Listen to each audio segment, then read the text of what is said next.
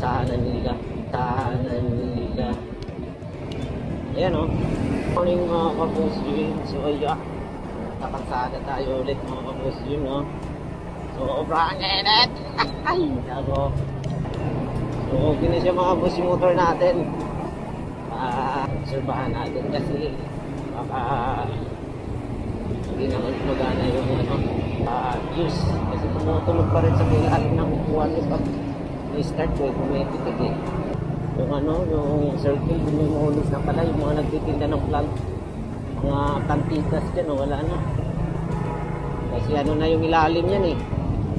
Yung underground na kasi yan. Daanan ng tren. So, mayroon na yan sa ilalim ng stopover ng tren. Kita nyo dyan, meron ditong flyover na from circle to wildlife. So, ang kagandahan daw, gagawin yung garden sa taas, tataniman sa taas. So good news yan. Yung mga boss yung kung nakita niya yan, pinumpisahan na. So ito yung circle, saka ito yung wildlife. Umpisahan na nila. Umpisahan na nila. Ayan o. Ayan mga boss, ginagawa na. Ito sa kabila, yung right side, yung wildlife, yung sa left side yan yung circle.